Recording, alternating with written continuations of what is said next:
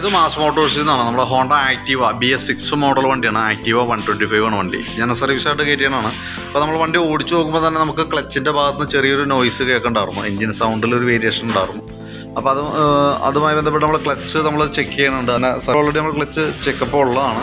പിന്നെ air filter, battery test, ബ്രേക്കിൻ്റെ ഭാഗങ്ങൾ ഡീറ്റെയിൽ ആയിട്ട് നമ്മൾ ചെക്ക് ചെയ്യുന്നുണ്ട്. അപ്പോൾ ബാക്ക് ബ്രേക്കിൻ്റെ ലൈനറൊക്കെ നമ്മൾ അഴിച്ച് ചെക്ക് ചെയ്യുമ്പോൾ ബ്രേക്ക് ലൈനർ തീർന്നു നിൽക്കണേ.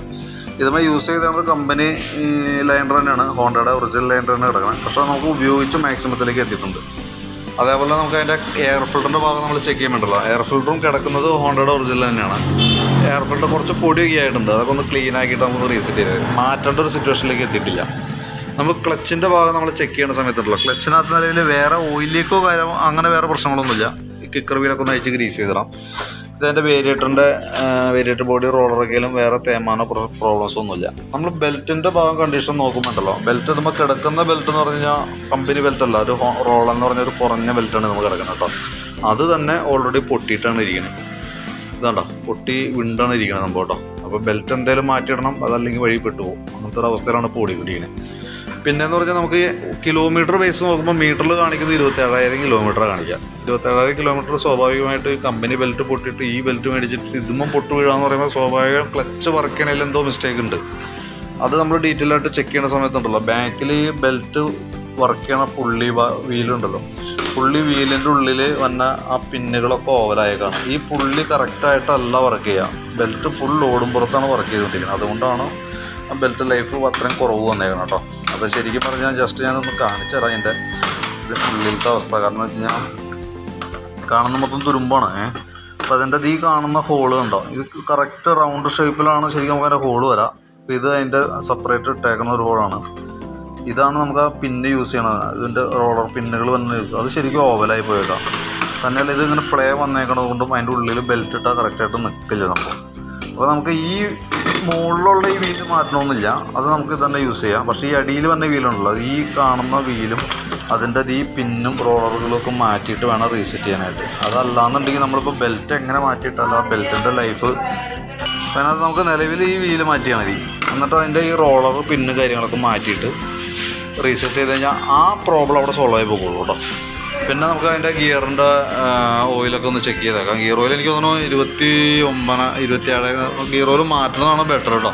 കാരണം ഇതിന് എൻജിൻ ഓയിലും ഗിയർ സെക്ഷൻ ട്രാൻസ്മിഷൻ്റെ ഓയിലും രണ്ടും സെപ്പറേറ്റ് ആണ്. അത് നമ്മൾ എൻജിൻ ഓയിൽ മാറുന്ന കൂട്ടത്തിൽ അത് മാറിപ്പോവാറില്ല. അപ്പോൾ കൂട്ടത്തിൽ നമുക്ക് അത് കൈയോടെ മാറ്റിയിട്ടേക്കാം.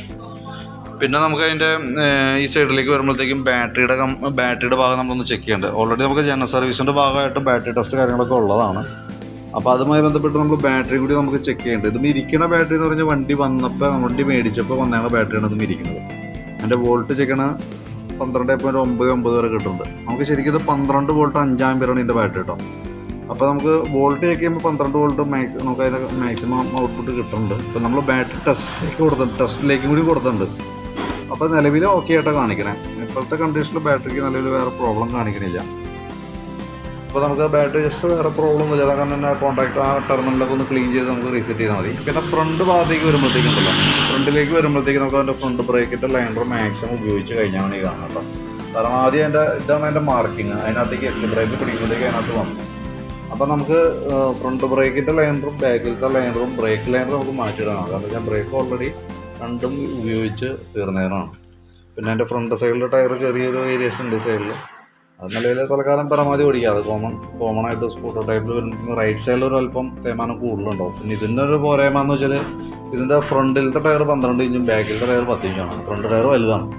പഴയ മോഡൽ ആക്റ്റീവ് വയ്ക്കുന്നത് രണ്ടും ഒരേ സൈസാണ്, 15 ഇഞ്ചിന് വരെ. അപ്പോൾ അതുകൊണ്ടുള്ള മെച്ചം എന്ന് വെച്ചാൽ റൊട്ടേഷൻ ചെയ്തിടാൻ പറ്റും. ഫ്രണ്ടിൽ തേയ്മാനം കൂടുതൽ കാണിക്കുകയാണെങ്കിൽ അതെടുത്തിട്ട് നമുക്ക് ബാക്കിലേക്ക് ഇടാം, മാറ്റണ ടയർ പുതിയത് ഫ്രണ്ടിലിടാം. പക്ഷേ ഇതിനത് നടക്കില്ല.